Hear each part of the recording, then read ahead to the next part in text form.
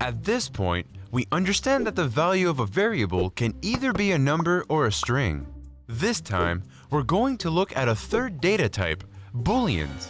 Booleans can only have one of two possible values, true or false. Usually, we use them in operations to make comparisons. In fact, we rarely use them on their own. Take a look at this equation. Based on our understanding of math, we know that 5 is less than 10, which means the comparison in this operation is true. Like typical equations, we can save the result of this operation in a variable. In this case, instead of a number, we get a Boolean value as a result.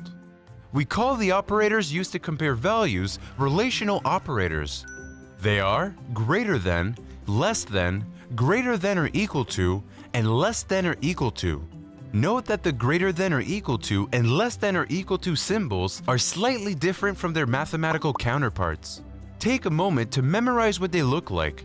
You'll have to write them exactly like this in your code. Now, let's try our hands at some Boolean values. In the code editor, create the variable myBool. Assign it the result of the comparison, 5 is less than 10. Next, replace the question mark in the Boolean ball instruction with the variable myBool. This instruction takes care of the output of our program.